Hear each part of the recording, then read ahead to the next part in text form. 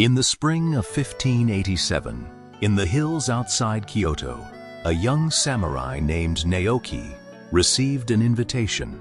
An old tea master, famous across 3 provinces, had asked him to come and share a single bowl of tea.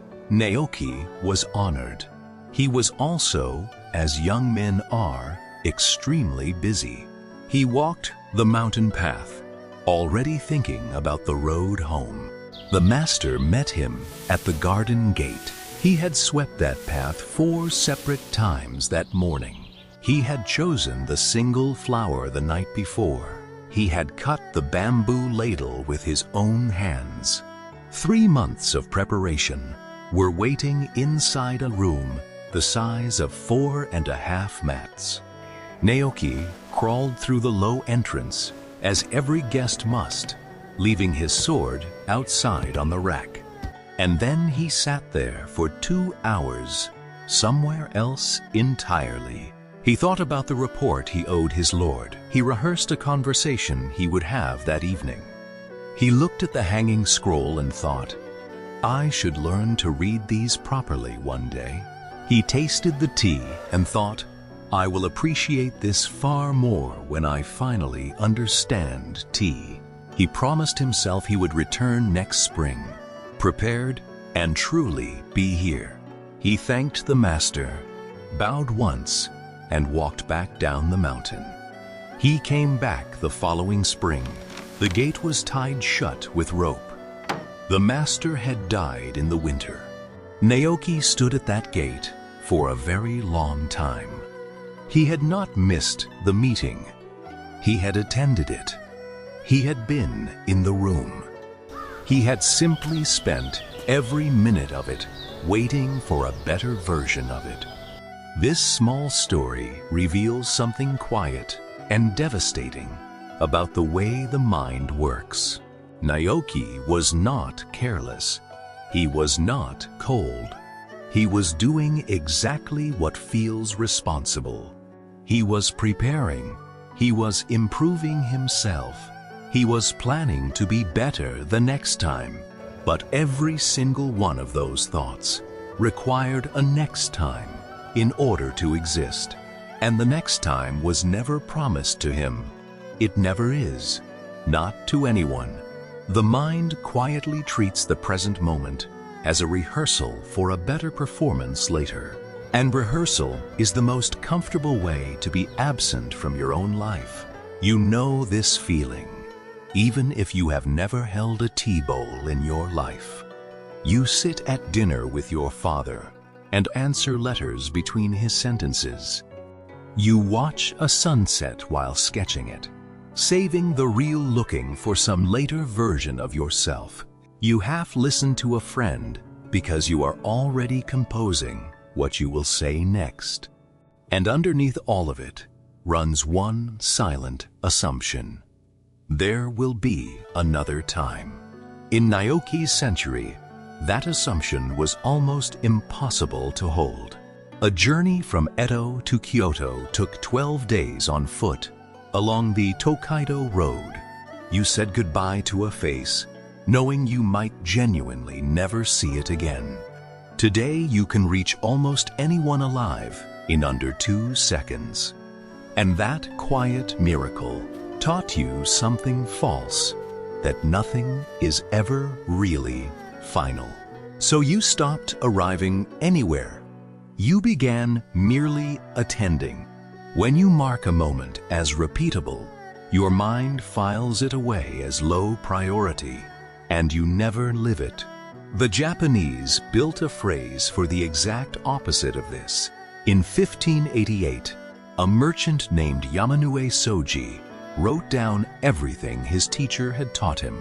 His teacher was Sen no Rikyu, the man who shaped the tea ceremony into what it still is today. Soji recorded one instruction for hosts.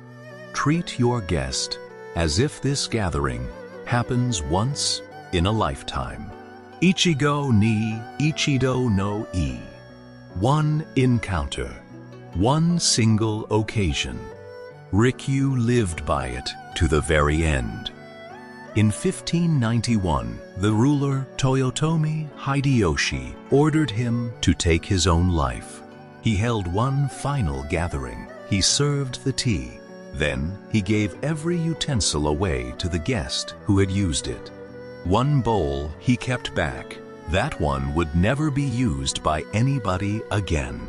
2.5 centuries later, a lord named Ii Naosuke wrote a book about the tea gathering. He compressed the entire teaching into 4 characters.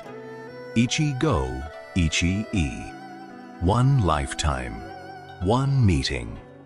Ii Naosuke was cut down by assassins outside the Sakurata Gate in March 1860 in falling snow.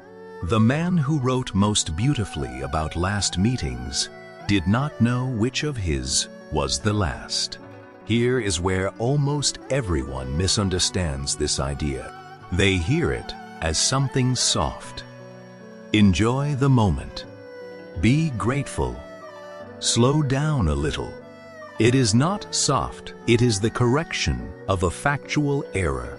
You are not rehearsing your life. There is no performance scheduled afterwards. The meeting you are inside of right now is already the real one. This is why a single afternoon of tea took 4 hours to perform and 3 months to prepare. Not because the tea was precious, but because that particular afternoon could not be repeated. Presence is not a feeling that arrives if you wait for it patiently enough.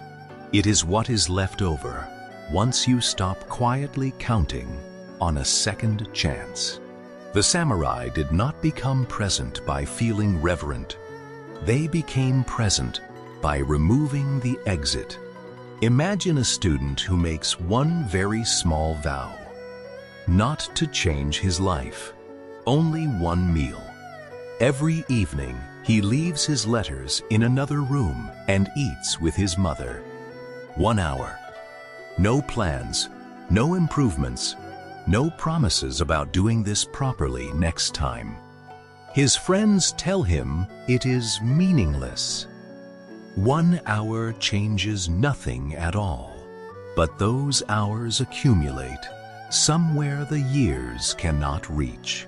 2 years later, she is gone, and he finds he can still hear her voice with perfect clarity. Everything else from those years has blurred. The hours he actually attended did not. The way is not complicated, but it asks one hard thing from you.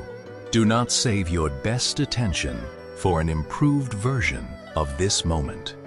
Do not say, "next time," to a person who is standing in front of you now.